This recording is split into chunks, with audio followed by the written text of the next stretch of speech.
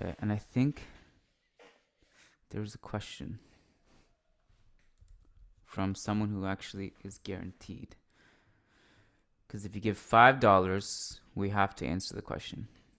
All right, but it's Monday. We're doing Patreon. Well, just if yeah, because there's one like because in our thing it says in our reward system it says if you pledge $5 or more, we'll guarantee we'll answer your question on Right. each podcast. So Okay. figured this Oh one no, for sure. is Pedri versus Valverde question. So if you want to hit that at the end, If I want to what? Yeah, at the end, sure. Yeah, you yeah, can hit that question at the end. All right. yeah. I'm just I'll putting count up. you in then, okay? Okay. All right. 3, 2, 1. Welcome to the Churros. We about to drop. Everybody, yeah, listen up. It's the new intro I'm about to drop. Today, no musical, no has to stop. It's affecting key on that money, what? We can't monetize our content. It's not like I'm not a home. Yeah, exactly. Well, listen, that's fair enough, man. what was my favorite part is the sticky what was Eat that it? The sticky grub. eat that sticky grub, yeah. Yeah. Well, a new intro, it will be coming soon, as with other freestyles. For now, though, it's just going to be Kian and myself on Monday, 24th of October, bringing you some churros, old school style. And well, we got a lot to talk about. It's been a jam-packed weekend, lots of action, lots of good results. I think we both have reason to smile. I said, Kian, why don't you let me have this one, bad boy? Step aside real quick, because it's been a long time as well that I feel like I haven't done an intro. So here it is. Good weekend for my G. Good weekend for Barça. Smiles are back on our faces, and let me smile for a little while because around the corner, Bayern's peaking. Who's that creeping in the window? Pow! It's Bayern now. Bayern's up next, and with that, our Champions League dream will also dissipate. If we by any for some reason manage to It's beat not over Bayern, yet. It's not over yet. which the last time we beat Bayern was in 2015-14. Excuse me, 2014-15, Kian. That was the last time This we is managed to different. beat those Germans. This is different. Well, even if we do, we Different. still need We Victoria have their best Pilsen. player now. Our brothers in arms, our friends over from the Czech Republic. Let's go, Victoria Pilsen. Give us a miracle, and go do it over. Unfortunately, Laporta has no more money left to drop off a suitcase for them, but Hey, maybe so it's got to be maybe for I've pride. got breaking news. The palanca has just been activated. Could you offer them like a free Spotify subscriptions for a year? I much should is have done that a worth? churros crowdfund a maletin for our friends from Pilsen, from Victoria Pilsen. But that would have really proven how many Kool-Aids listen to this podcast, based on how many people would donate to that cause. The That's pills it. in Maleta. All right. Well, So that's what's up. So you want to start with a very entertaining Magi Sevilla. You want to start head over heels with that exhibition of football you saw take place at the Spotify Camp Nou. Where do you want to go, Bill? Let's start. Why don't we start with Magi? That was Saturday. I feel like that. No, it's a good start. Well, in the case if you want to talk about Real Madrid first, because I've done Sure, two all right. podcasts about that game already. I mean, yeah, that's your bread and butter. Why don't you say what you want to talk about from that game, and I will give you. Oh, you my know what I thoughts on want to talk about. You know damn well. I actually don't. Oh, you don't. Okay. Oh, all right. Before I talk about Madrid, I'm listening. Mm-hmm. Do you know? Have you ever heard of the Wild Project? It's a YouTube. No. It's a YouTuber. Jordi Wild is a Spanish. He's kind of like he's clearly trying to be, and he pulls it off. The Joe Rogan, the Spanish Joe Rogan, tal cual. Jordi Wild, yeah, and he does a lot of stuff in content in English, as in all his interviews are in Spanish. and but he now subtitles it in English, and his titles, I've noticed some titles pop up in English. He's clearly trying to break into an English speaking market, which, in case you do, or in case it does sound interesting, you should, because he has fascinating interviews with really people from all walks of life, much like Joe Rogan, right? And the conversations are in depth. They're of huge interest. I mean, they're just, like I said, fascinating. Some are like four. The one I'm getting to with David Jimenez is almost 4 hours long. Now, David Jimenez is the ex-director of El Mundo, and don't worry, I'm not going to go down this route. I'm already I seeing. love how you said you know what I want to talk about, and so far everything you said is I have no idea what you're talking about. There's Fine. How could I have possibly known this is what you want to talk about? The Well, Spanish Joe Rogan. I don't. Look, it kind of ties in with what we talked about on Friday's podcast, which, quite honestly, Okay. I had a bad feeling about Friday's podcast. I told you that, as in, like, no lo he hecho con gusto. I didn't do it with the joy that and the comfort I normally do our podcast with, right?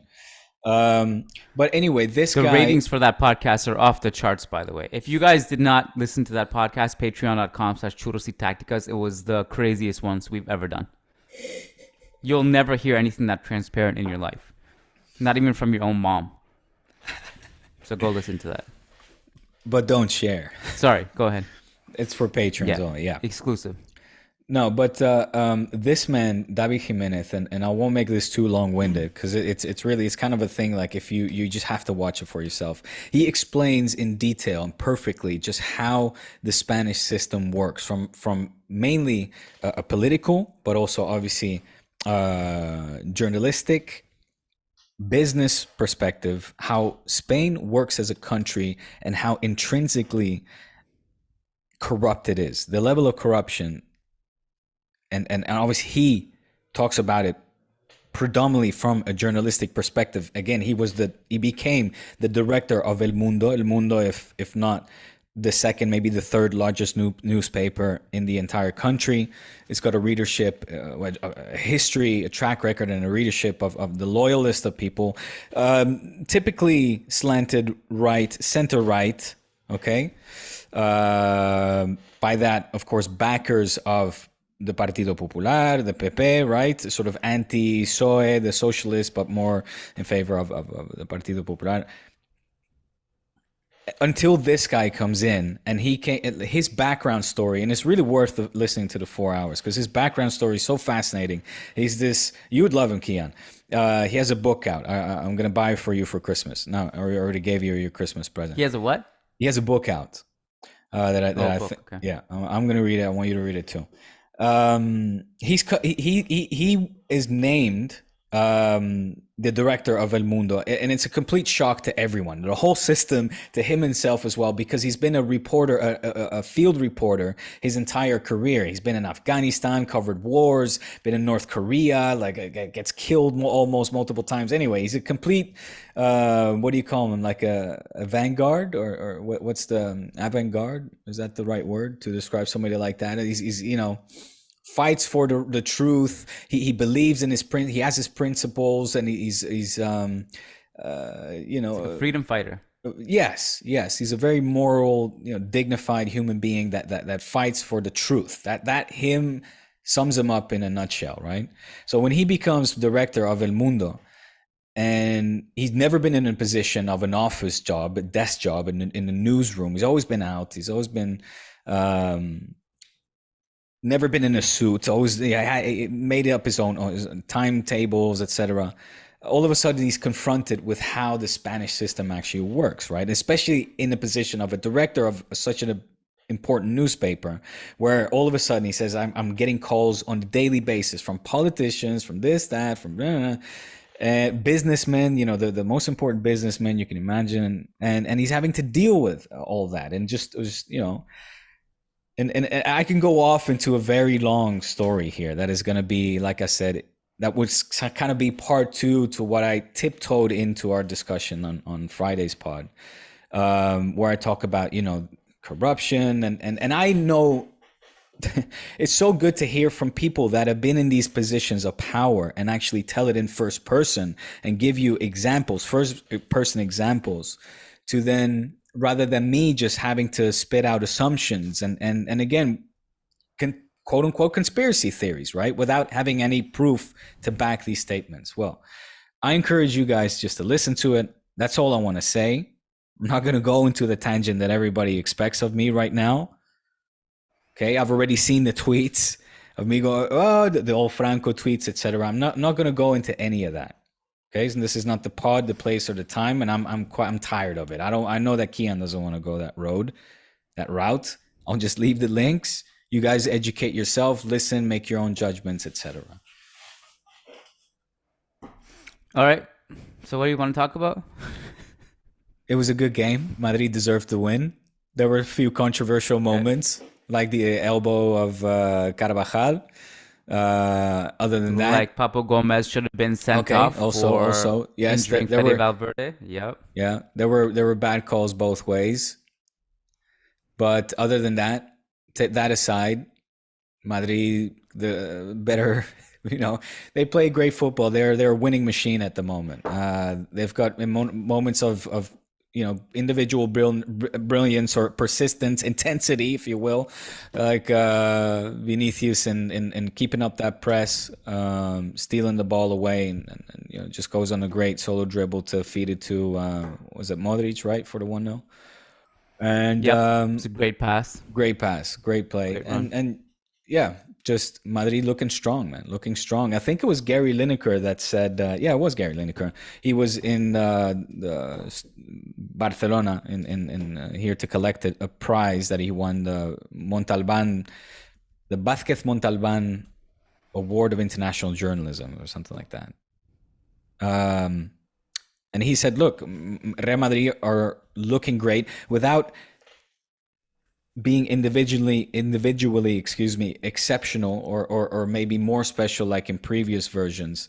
Right now, they're just in formidable form, and they click really great as a whole and as a team. And you have to say, like, you see them dismantle sides and overcome obstacles even when they're not playing that well. And it's like a better version, I would say, from last season even. That's how I would summarize Madrid. Well, they're better than they were at this juncture last season. For sure. And so that what's interesting to me is, like, to your point, I don't think they're even playing that well. They're clearly playing well. Like, don't get me wrong. Like, I don't want anyone to come out and say Kian thinks Real Madrid sucks. They're playing well, clearly. There's no denying that. Right now, Fede Valverde is one of the top stories in world football. But what strikes me about this team is that we haven't hit certain gears yet, and I think that's what's interesting is about it, which is it's an thing to be optimistic about. That we miss Benzema for a bunch of games, we miss Courtois for a bunch of games. We haven't hit that next gear yet, and I think that's really encouraging to be in that position where we are right now, knowing that there's another level we can go to. But it's funny because and like to your point about, I don't know, I'm paraphrasing what you said, but you said something about not being great individually or certain players not. I don't know what you said, but that it's not just like a Cristiano Ronaldo or like a Leo Messi that has this one standout player. It's not that. Yeah. You have stars. You have obviously Modric. You have Vinicius. You have Benzema, but it's just as a whole clicking very well, without one being a particular standout. Well, it has that aura of anyone can step up at any given time. And if one player doesn't play well, another person can step up in his shoes in that moment. Right. Whereas, I'd be curious to know where you stand on this with Barca. And I mean, this weekend was a good example that you didn't need Lewandowski because he only scored the third goal. But Lewandowski has scored a bunch of goals this 17 season, right? and 15. So it's an insane number. Basically, him and Haaland right now just can't stop. Yeah. But what you would want to see as a Barca fan is, man, is that Joya? Yes. Sorry, she heard herself. She was literally Joya, a baby like a few months ago. How did that happen? That's crazy. She's 3.5. Man, kids grow up fast. I'll see you later. I'll give you a kiss on your boo boo later. I love you. She's 3.5? Yeah. It feels like yesterday where she was just born and and That's how I feel that's with your insane. boys. Your boys are getting big Yeah, too. All lovey dovey. So nice. Yeah, we're getting old, Keon. we're And getting yet old. Listen, here we still are on a bi-weekly basis discussing Barça Magi. what you would want to see as a Barca fan is that you want to see the goals diversified a little bit. As much of it, as much Well, as great as it is for Lewandowski to be as great as he is, you make want no it to just be mistake. less reliant, I assume, right?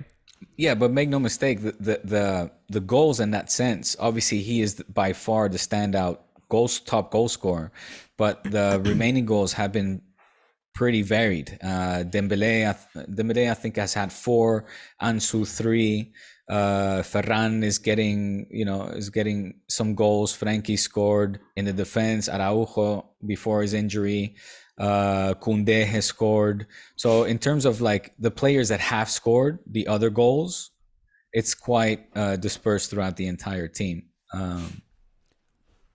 Yeah. But yeah, I mean, it goes without saying that there is a clear reliance on the big Golski, to be on point because and to shoot on target because I mean, again, it's 17 and 15. They're stratospherical numbers, just extraordinary. Um, as much as obviously Barca's a huge talking point from this weekend too because of the manner in Mm. which not only they beat Athletic but also Villarreal. I Yep. also I almost have like more thoughts about La Liga as a whole because I don't know how the weird thing about analyzing Real Madrid and Barcelona right now is like I don't have much new to say about Barcelona. Mm. They're beating La Liga teams up as they have been all season. Um,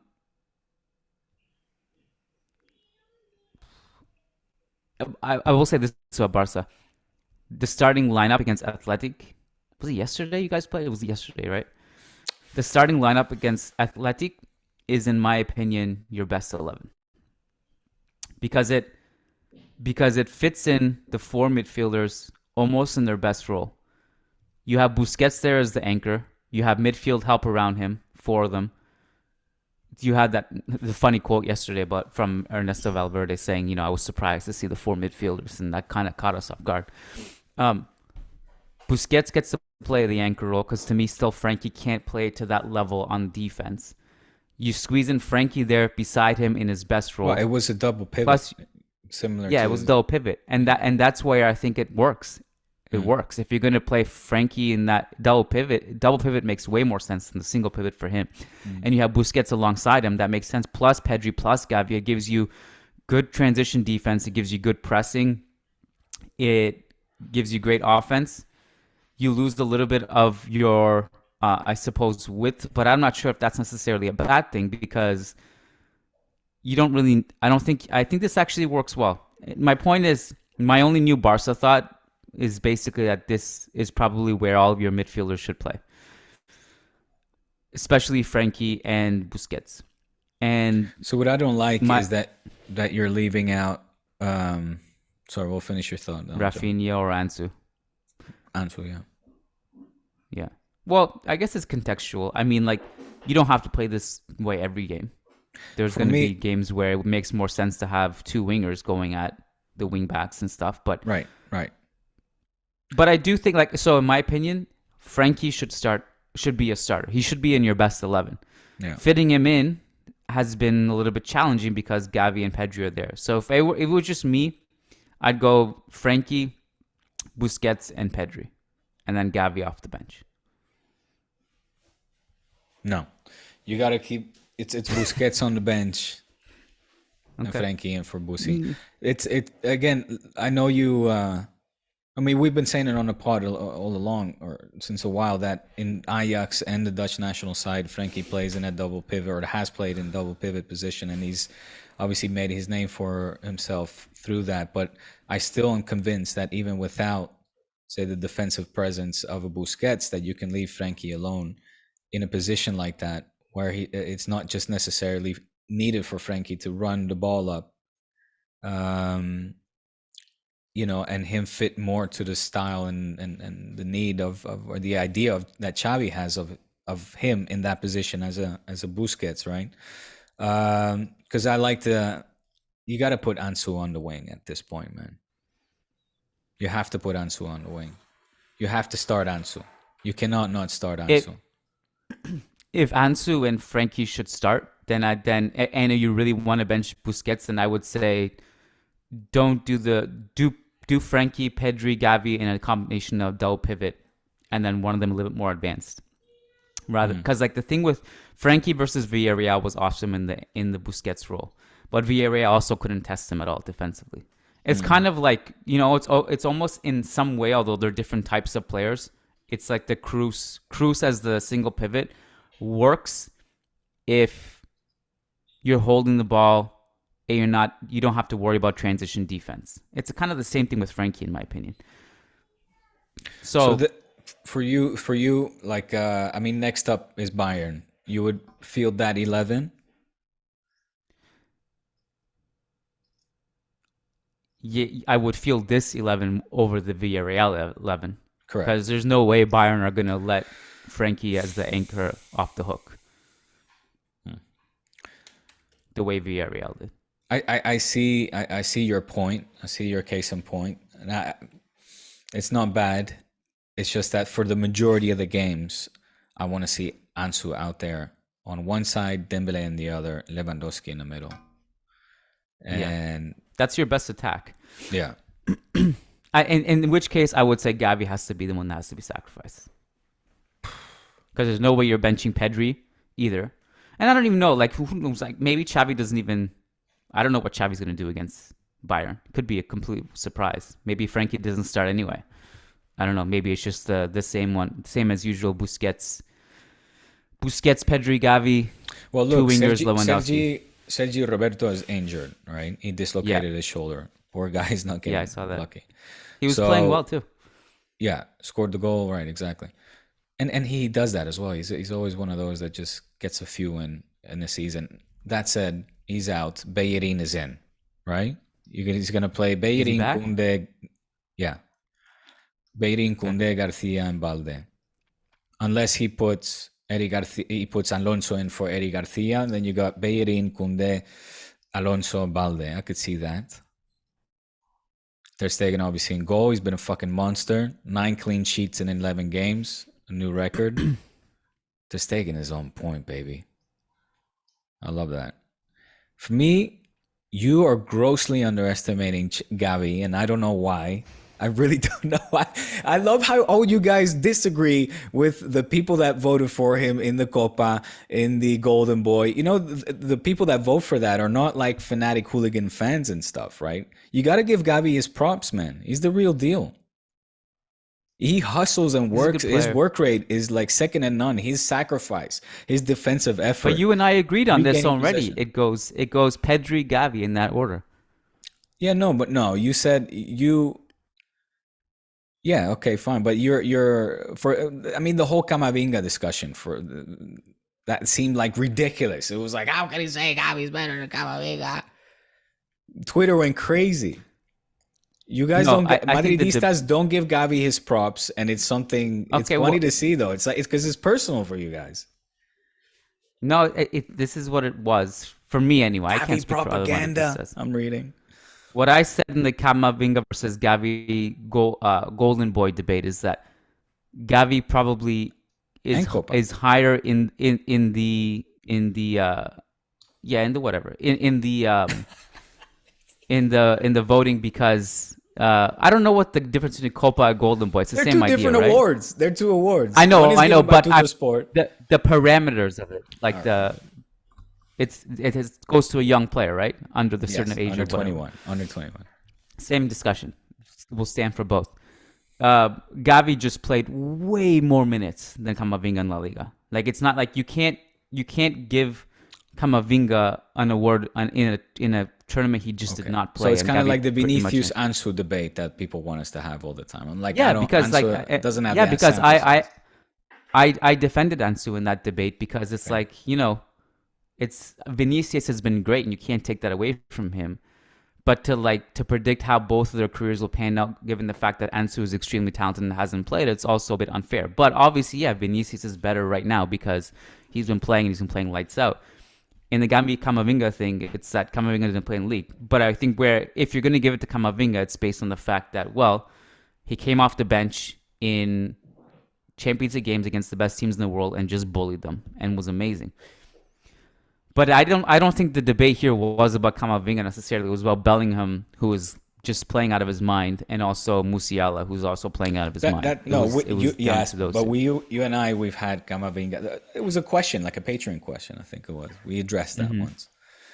But Yeah. anyway, moving Well, on. what I did, what no, where I it's gonna get more heated in this podcast. There's a Go, Pedri baby! versus I Fede touched the Valverde nerve. question coming up, but it's That's but true. I still feel Kamavinga's ceiling's way higher based on pure talent. Yeah, I think he's gonna be the better player. I really do. Which time will tell. I don't like. I think Gavi is a good player, but I think he's not like a Pedri type talent. It's a different, yeah, he's a different midfielder. Certainly has a different style of play, but it's ever so important. I mean, you're talking again, his work rate, ball recovery, essential blocks, also his A passing. lot I of mean, his he good has great things will vision. come in his work rate. He's got great vision. So I'm excited. Anyway, moving on. So Busquets on the bench, you got Frankie in the middle, and then Pedri. So that for me, and then the three that we discussed with Ansu. All right, that for Yeah, me I'd is go kind of Busquets, Frankie, Pedri, mhm. Usman, Ansu, and Lewandowski. All right. And the thing is that it's a pressure cooker right now, Kian.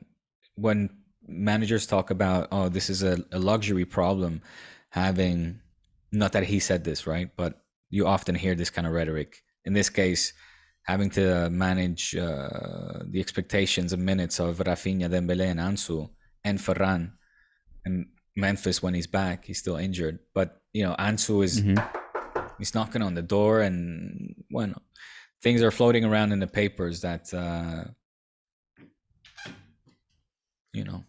he sees no reason why he shouldn't be getting more minutes. So Ansu, right? yeah, Yeah. I wasn't sure if that was going to come up because I saw the report that Ansu's quote unquote entourage is unhappy and they said they'll take him to another team. To which I would say, what does he have, like 5 years left on his contract or something ridiculous? Four I think it's years? four. Yeah, You guys are not taking him anywhere. Just stop. Just stop. Just he needs to play. like, yeah, he does. But he's playing. It's just that he's not starting every game. He's playing. Team is Yeah, winning. yeah. Pablo Torre Um, got his Liga debut. For you saw a little bit of him. You remember you asked him about him on the last pod. I don't know if you caught it 15 was thanks minutes. to me he played. I'm the one who speaked it into existence. I was like, what happened to this Beautiful. guy you were hyping up before the season? Um, Uh, can I just go. bring something up though? Because Always. I was gonna bring up the La Liga point.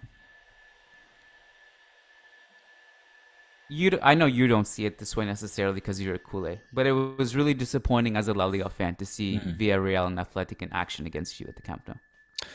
Now But maybe that's the Real Madrid fan speaking in me, all right. or maybe La Liga teams and fans would agree with me that aren't Kool-Aids. I know the Kool-Aid perspective will be, well, you guys were so dominant that it's not because they were bad, it's because we were good, and I think that you're right in saying that that's true. But it kind of showed to me the gulf, and you could throw this about Sevilla too. Sevilla are having a bad season. I think will get better as the season goes on, but the gulf in talent right now between Real Madrid, Barcelona, and the rest of the league is kind of worrying. And the other one, at least with some solace, I will say Atletico are looking better, and Griezmann is playing better. I mean, Griezmann's been good all season, but now he's actually putting together really good cameos as a starter and not just off the bench because they have the new deal sorted out. So maybe Atletico will put themselves in the conversation too. But it's just a little worrying to me. So that was my first point, and then I just wanted to get your thoughts on that. But are you saying this after Madrid games as well? Like, oh God, how disappointing were Sevilla tonight or Elche, and you I know, literally said that right now. right? I said you can talk about Real Madrid the same way too. See. No, so I'm just verifying. Look, I think there's great managers and great talent, and quite frankly, in Europe we still see Spanish teams advance more often than not to latter stages. Betis, um, Copa del Rey winners as well. I think Ernesto Valverde is doing a great job with Athletic Club, leading it heading into this game. They're talking about a team having a great season. They are having a good season by their standards. He's getting the team to play Let an aggressive press. Maybe you didn't. It's true, you didn't see it that much this time in the Camp Nou. I think Barça won comfortably. Of course, it helps when you score 3 goals in the span of 7 minutes, like was the case against Villarreal. I think against Athletic Club yesterday it was maybe instead of 7, 12 minutes. They were closely together. I actually, well, let me see. Uh, there you go. We let me Villarreal, like I let said, me seven ask you minutes. this then. Yeah, go on. This is kind of a deviation, but would you say Athletic yesterday were conservative or tried to attack Barca? Like, how did you see their approach? Well, for me, it was more like we were finding the right passing lanes and getting out of their press in a way that was, in particular in the moments of the goals that were just capitalized on efficiently and effective. I mean, we had a very inspired Dembele that was passing the lights out. His hat trick of passes. He's now top of assists as well in La Liga. I think he's third in Europe. He was the guy yesterday. He took the initiative. Also, even through the 1-0, it came leading up through his shot, that then deflected, ends up at Lewandowski, and he sends the lob into a Dembele that comes running in. So, and that's kind of what Xavi wants to see from this team, right? He wants to see more of these big name players to step up and be brave and look for these kind of make these kind of actions happen as well, as opposed to just crossing the ball. I think leading up, bringing up from the back and heading leading into and in midfield, where of course there were 4 players as well, as we are discussing just before, and it surprised Ernesto Valverde, and you could see that, and then yeah, very quickly it was a knockout blow. Question is, how's it going to work now against a team like Bayern? I feel that is where this Barça needs to be tested still, and that's I don't like to take anything away from the Villarreals and Athletic clubs or the rest of La Liga teams, but the truth of the matter is that right now Barça, yeah, that we haven't really performed against the big guns, right? It's gone very much our way in La Liga. We came off of the back of what was it, 7 consecutive wins. I mean, undefeated until Madrid, of course, and now, which wasn't easy. And that's the thing. I don't want to take any credit away from Xavi or this team to bounce back after what was a fucking horrible week. I mean, first Bayern, then Inter, then Clásico. I mean, that was back to back to back, just very difficult for this team and to bounce back from. And it worked. It went in that sense in the worst possible way, the worst scenario. And now we have to face the consequences. And so I commend how we came back against a Villarreal and an Athletic Club, which I insist is not an easy thing to do. I don't want to come across now as like kind of dismissing La Liga competition, who again fare very well against European competition. So, uh, you know, I don't want to. That's what we. That's where what we. Everyone is asking of Barca. Like Mm, it's because I know like after the Clásico, the Kool-Aid mood was really bad, right? It was yeah, because it was not just Clásico. If it was just Clásico in isolation, it's one thing, but it was Clásico, and before that, what happened Inter in the and Bayern, Champions League? The mood was right? bad, right? Very bad. After the Athletic game, things have changed again. Like okay, like I've seen this. I'm just calling it what I've seen. What? Kool-Aids are now saying looking at the Euphoric. performance against Villa. Yeah, the Kool-Aids are looking at the performances versus Villarreal and Athletic, and they're saying, "Oh, look how good we are." Maybe what happened in the Champions League, maybe like we win those games 9 times out of 10. Classico, we had some bad luck. We're really good. Maybe we shouldn't panic.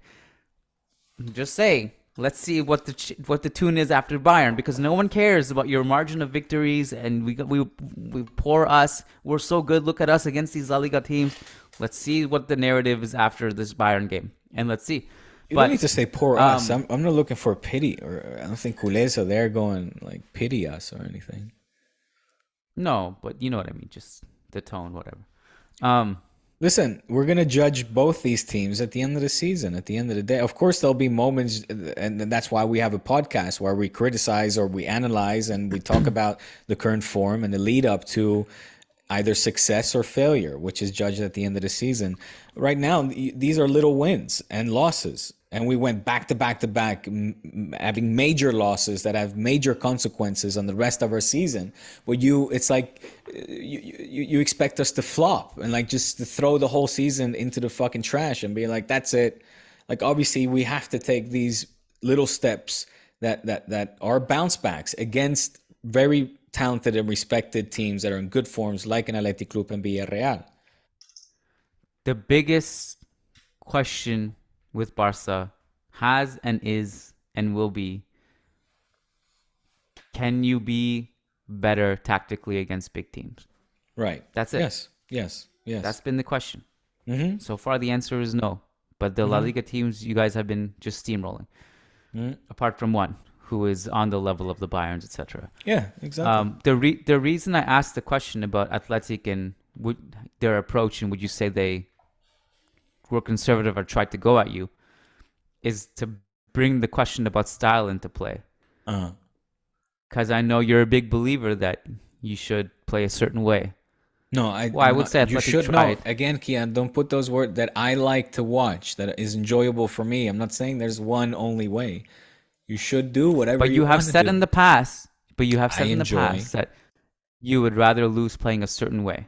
Right, right, right, right, right. The reason I asked the question, the point I'm bringing up is that I think Athletic tried to play a certain way, and it was a Okay. terrible idea. They should have not done that. Uh-huh. Um, and then that's it. That's the point I wanted to make. Well, I didn't So if you're an sense. Athletic Club fan, I would you? wasn't. Yeah, no. For somebody who has been, who has suffered playing against Athletic Club, like and lost finals against Athletic Club, and also won, of Yeah, course. I mean, this is the oldest rivalry along with Real Madrid in La Liga is a Barça Athletic Club, and it's which means like they are along with Barça and Madrid the other team that have never been relegated, and which means they're doing something well, which means that they're tough not to crack. So they have their style. I don't to say that that Valverde tried to play a Barca kind of way. Um, I think is a bit excessive because yeah. No, Ernesto. it is excessive, but he also could have approached it differently. I think from a defensive standpoint. Mhm, mhm. Yeah, I mean, I wasn't uncomfortable as I have been in other games against Athletic Club, where they are more Yeah. fierce, they're more determined, like they're more determined to fight for the ball, to get the ball back, and um, just play a very Basque style football. And yeah, it was a good night for Barca in that sense. Again, setting up in another important week. So Can I throw one more item at you, and then we can take a question? How are you doing for yes. time? Yeah, no good, but I need to go at some point soon. It's so vague. What does that mean? Like 5 minutes, 10 minutes, Yeah, two yeah, minutes? 5 to 10 is good. All right. Um, the one of the biggest shames in football history, Antoine Griezmann taking that 2 year, what is it, 1 year, 2 year, whatever the hiatus Too. was from Atletico to go to Barca. Hmm. This season has been awesome. He is now the third highest goal scorer in Atletico Madrid history, Yeah, 147 goals. yeah. He would have been Congrats. second, I think, if he had not gone to Barca. Hmm. And a real shot at overtaking Luis Aragonés as number one. Just wanted to throw it out there. What a devastating decision for him, for Atletico and for Barcelona. Mm. Yeah, there's not much to Long-term add to that. consequences, short-term consequences. Bad job. Bad job, Antoine. Made a bad decision for everybody. Well, listen, it'll be a big what if for him. Uh, he might look at it like it would have always been a what if for me to not have played with Messi and Barça and Sure. Suarez and have a real shot at Champions League trophy, because at that point in time we were, not that far off of having just one the last time, 2015, I know. Um, so that maybe would have been the what if for him. I mean, it's at the end of the day he made that decision. He's a big boy, and hey, look, he's not the first, he's the third. Pues mira, no está mal, He's the third. right? Third what? Highest goal scorer. Yeah, that's why I said third. But I Yeah, said if had he not gone to Barca, he would have been number 2 by now probably. yeah. And I think he's like what 30 something away from. I have to look at it. I closed it from Aragones as number 1. Well, Um, maybe he has a really inspiring last season and he fucking just 30 you goal think in all he only has one more competitions, right? left? In all competitions, that's doable. Yeah, yeah, That's yeah. doable. It's doable. I don't know. No one It will it, rate it takes an Atletico Madrid though inspired how many and an goals they informed score. player. Hmm?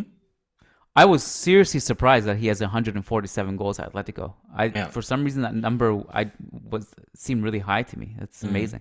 It's an amazing achievement. One last item, and then we both got to go. Okay. The worst possible topic to bring up as we log off, but our patron who gets a guaranteed response on this podcast, Umar Mahadi says, Yes. Pedri or Valverde? Oh, this Valverde is is quick. consistent. Val- Valverde is consistent, versatile, and brings much more to the team than Pedri. Try to observe his footballing IQ with the decision he makes on the pitch. Don't get me wrong, I love Pedri. He is immensely talented and a joy to watch and has potential. Is a midfield maestro.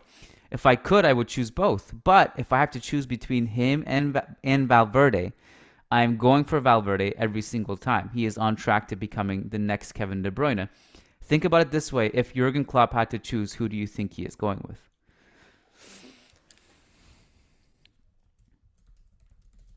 Oh, that was beautiful. Thank you for that. I wish you guys a wonderful evening. Stay tuned for the next podcast where we will Give debate us 10 this one. seconds. Give us a 10-second answer. No, I mean, look, it's very obvious I'm going with Pedri, man. If anything, I can echo the words of our patron here and say flattering things like I love to watch Valverde. I have him at high regard. He has a great vision of the game. Defensively, uh,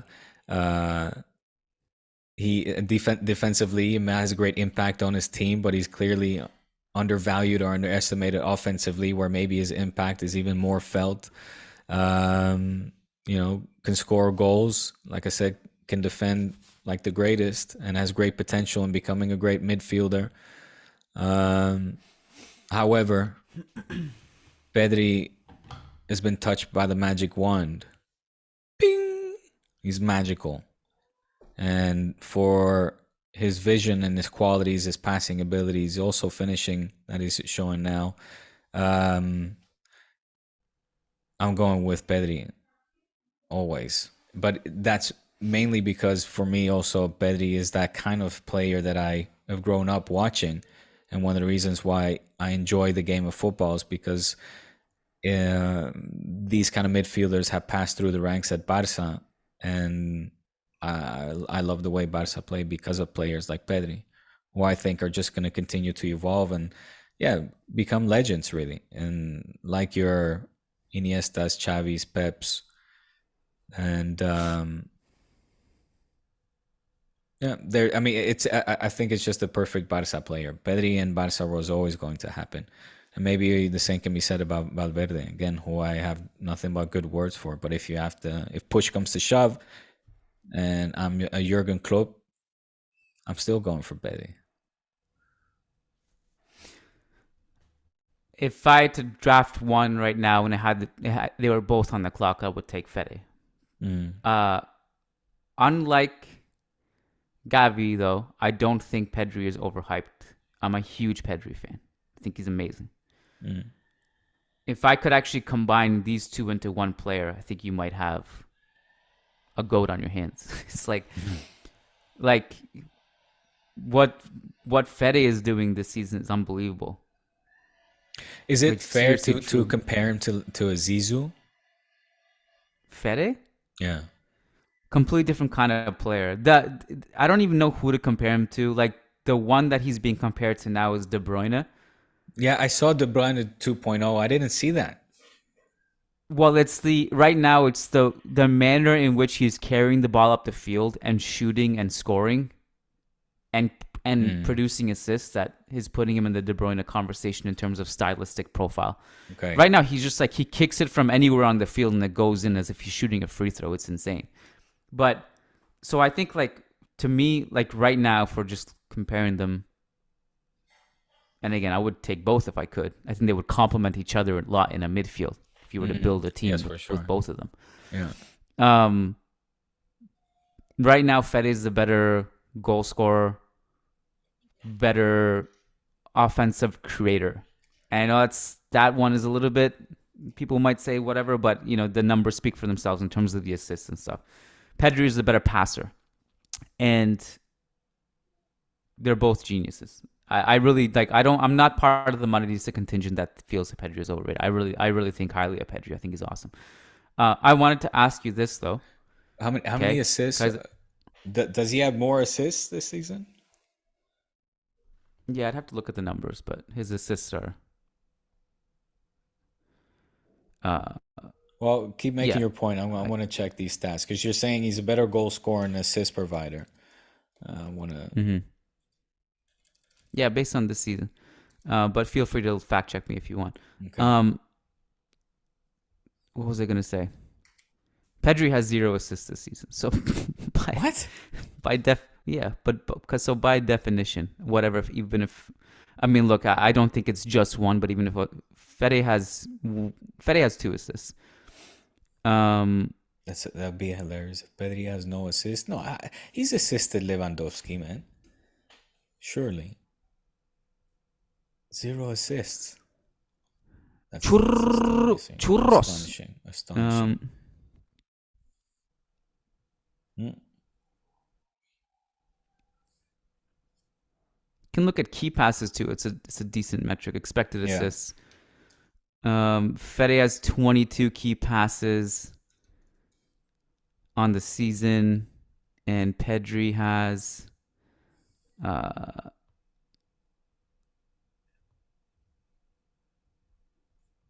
although was that for this season?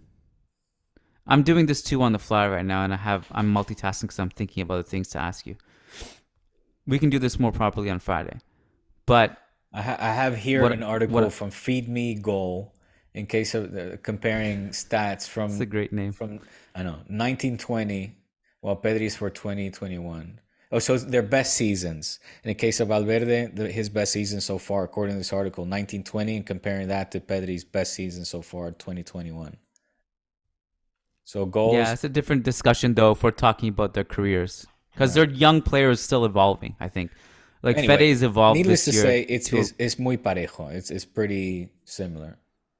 Actually, Pedri out edges Valverde in the stats. But look, you're gonna take your Madridista guy. I'm gonna take the Barça guy.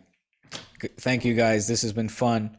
Tune in for churros on Friday. No, No, I wait. mean I it's have to ask over. you what I Like was going to this. ask you. What? Okay. I have to ask you what I was going to ask you. What?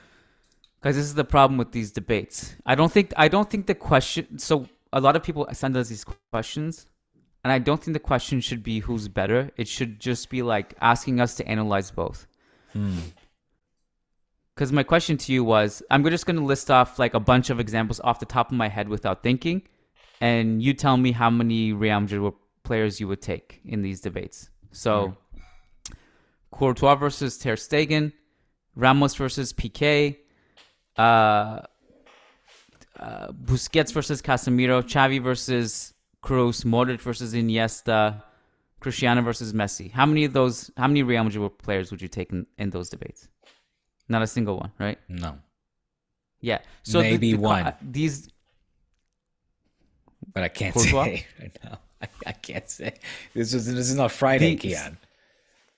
well, this is the thing. Like, I think that these debates are almost going to just end up you taking yours, me taking mine. But I think Mm. the what has to come out of these debates is we don't have to agree on the winner, but we have to just analyze both of them.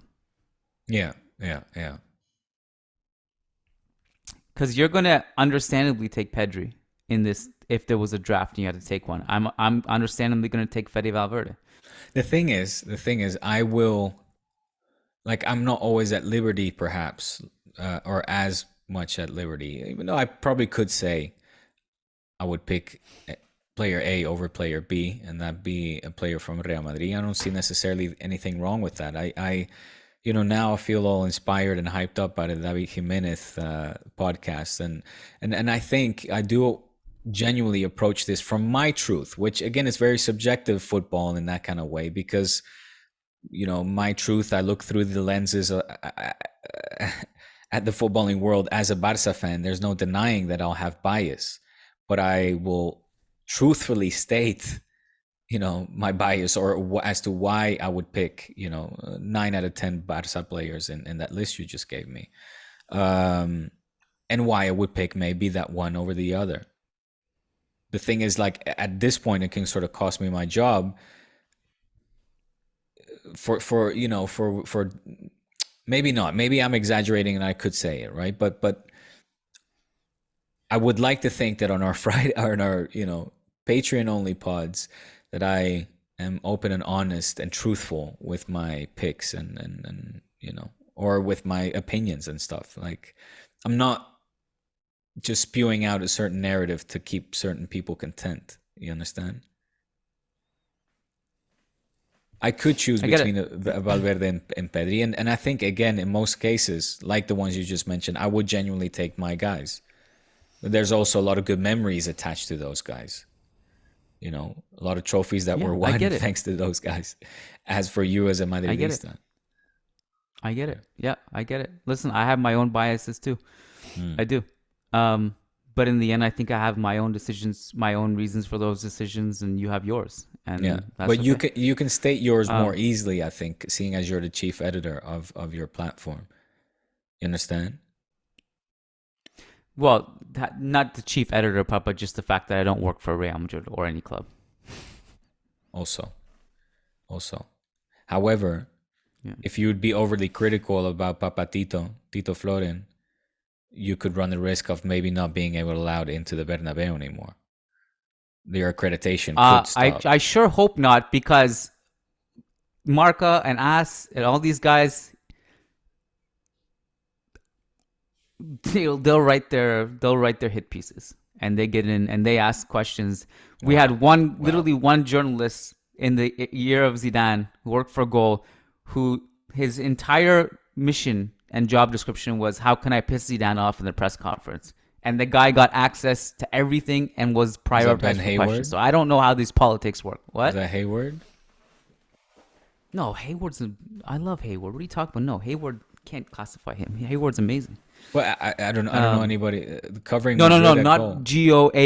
No, Gol, the Spanish Oh, one, Goal. not Goal. Right, Yeah, right. Well, Goal is Media yeah. Pro. Is I mean, at the end, Goal is. Um, well, I'll figure that out where that ladder and structure goes. Listen to that Yeah. podcast, the Spanish judicial system, because it's an eye opener. Everything is linked, my friend. And yes, he mentions Papa Flo and how deep this rabbit hole goes. I have a list of things that I want to watch, Hmm. and that's probably not number one. But listen, I watched two new old movies on the plane. Take next time you take the plane, you're listening to this pod. It's 4 hours of just blue pill shot right in your ass. You'll just be come out Can I enlightened. tell you what I watched? Can I tell you what I watched for Matrix the first open. time? Pow. What? Magnolia. Have you seen that one? Yes. Great fucking movie. Probably the best I've ever seen Tom Cruise. It's good. The other one I watched for the first time, Happy Gilmore, Oh, classic. Adam Sandler, and baby. I finished half of The Big Lebowski, I mean, but then that's my flight landed, so I couldn't oh finish my it. god. I mean that you're now in my top three all time. Big Lebowski. If I did an entire paper on it in high school, I Really? yeah, I was part of that movement, like the dude movement, the Big Lebowski. I was fully into that. Love the Big Lebowski, the Coen So these are the brothers, any movies Coen I've brothers. conquered. Yeah, There wonderful. was I mean uh, I was going into it expecting like a comedy where I laugh, but it's not really that kind of comedy. It's more like No, just an interesting. yes, Yeah, but yeah. it's still you still But I can haven't laugh finished hard, yet, so I don't want to talk about it. right? Yeah. You still So laugh. You got to rewatch it. It I've gets funnier tackled every time. Fight Club, Good. Pulp Fiction, Yes. um, All time. 2001: A Space Odyssey. Again, this is I just haven't for seen people who that. know I'm on a mission to go through all the classics I've never watched. Um, Casino. I just started Heat. I haven't seen Great. Heat yet. I just started that. It's good. A little long, but I mean, Um, obviously, the actors are long. fantastic. Yeah. Yeah. Oh man, like it just one of the greatest joys about this whole thing was seeing Pacino and De Niro at the peak Yeah, but while I'm that's what tackling that's these what movies. everybody wanted to see when he came out. That was I always encourage people like forget about these Netflix trends, man. It's mm, not forget about it. Go back and watch the classics. That's art. That's art. absolutely, absolutely. You hit the nail on the Even head. like go back, And with that, forget about these UFC fights, Conor McGregor and shit like that. Go yeah, watch Muhammad that, Ali. Go watch yeah, Ali. yeah. That's Well the good said. Well stuff. said. Here, here. No, honestly, I support that statement truthfully and 100%. And with that being said, Keon's making a pledge next time he's flying out to listen to that podcast and be enlightened. It's not I gonna will happen. leave the link to that episode below. And why do you say that's not going to happen? It's great. It's just so it's just like I you're a can't. journalist. You're a journalist, right? I don't know, but it's like I have like little spare time, and in the spare time I have, I need to listen to something or read something or do I something said inspiring. I'm just not gonna sit down through a that is conspiracy podcast. exactly what it is. It is insanely inspiring, bro. Here's a man who was the ex-director of one of the biggest newspapers in Spain talking about his entire upbringing into the world of journalism. I mean, he's reached the top. He was the crème of the crème. The crème de la crème, mec. En Is Mundo français, si tu Deportivo the veux. top? Not Mundo Deportivo, El Mundo, coño. Stop confusing Oh, El those Mundo. two. It's It's confusing. I'm sorry. it's I'm understandably confused between two newspapers that have the same name. it's El Sorry. Mundo Deportivo, and it's you can they've dropped the El. It's just Mundo Deportivo. Y El Mundo is the other one. Kian, now you've insulted me. You're upsetting me. You're gonna listen to this If so, pod if because someone it's started a exactly podcast called The what you just Churros, said. people would get Inspiring, confused. and it will give you the juices you need to be the best fucking journalist that you can be, and that's what it comes down to. That's why I introduced this episode and why I wanted to talk to you about, because it completely interlinks with what we were discussing. And I'm not just talk in the previous pod, and I'm just not talking from this conspiracy angle. I'm talking as us in this profession as journalists going about our work and how we communicate to the world, what principles and morals we live by, etc. It is very inspiring. Make no mistake, that's the reason why I brought it up. And it was not to shed a dirty light or run the name of Real Madrid through the mud or Florentino Perez. Trust me, I don't need to do that. You can figure that out by yourself, whether you want to see certain things or not. But I'm Come on, talking. don't go on this. Don't No, go down no, this rabbit hole now. I'm not. I'm not. My point is that you find that out by yourself. I'm saying to be the best journalist you can be, this pod is a must. Listen, and it's inspiring and uplifting, and you need to listen to it. Okay. I'd rather watch Kobe Bryant quotes on TikTok. It's really inspiring. More inspiring than this. But send it to me. Send it to me. All right. It's been fun. It's been kind of fun. Didn't like that last bit of thing you went that tangent on the end about running through mud and stuff like that. But I said I'm not here to do that. No, but you can't just say it and then do it. You did it. You No, did I it and you said I'm didn't. not going to, but you basically said I I'm not said, going to go and say all you these bad things listen. about this person, but you know that they're bad already. That's basically what you said. Let's not do that. But we're not going to do that Well, about every team and any team. why is it that you want to like put the blinders on and not just accept certain things or learn certain things? I don't No, understand. it's not I'm not about saying blinders. It's just that you go through this thing where it's like, oh, Real Madrid are corrupt, Barcelona are not, and all I this. you And see, I don't say that. I don't say that Barca are not corrupt. Kian, don't make that mistake by saying putting words in my mouth, man. Don't do nah, that. it's a witch hunt. It's a witch hunt. No, it's It's a not. witch hunt. No, it's not. It You can is. come to me with the same accusations, and like I said, we'll be on the Friday pod. Won't necessarily be on a Monday, but I have no problem admitting or having my blinders taken off, if you will. I'm very honest in my opinions and how I in my ways of analyzing or criticizing, whether it's individuals, organizations, business practices, etc. I have no problem in being critical, also what hits home or what is, close to me. No problem. I think we need to get you a different job Why? I love my job. This so that I've you can just be completely free. Well, that's the mission. That's why I'm on this churros adventure with you, my friend. And I hope, Yeah. we hold each other's hand and we keep going, man. But like, We hold each other by the churro and we see where this goes, hey, man. nah, that's too far. Yeah, you're going too far. All right, man. Listen, this has been fun. It's getting off the rails now. Let's All let's right, reconvene on Thursday over on patreon.com/churros y let's do that. tacticas. It'll be good because it'll be after the Bayern game. So we got stuff to Be talk ultra about. depressed. Atletico also have a big Yes. week too, by the way. They still have a hope somehow to Mm-hmm. qualify from the Champions and group stages. So Wow. we got to analyze that. Yes. It's gonna be a big week, big show on Thursday. Thanks for tuning in. Don't Thanks miss for being out. on this journey with us, as No wild and doubt. unpredictable and raw as it is at times. Thanks for bearing with us. It's us. It's just us talking. There's no filter on this one. So Hey, take it or you leave either it. hate it or love it. That's it. For the ones who hate it, I'm sorry, but not really. If you love it, great. Join us. Thanks, Diego. It was Peace fun. out. Appreciate it. Peace out. Take care. Always. Peace. You too.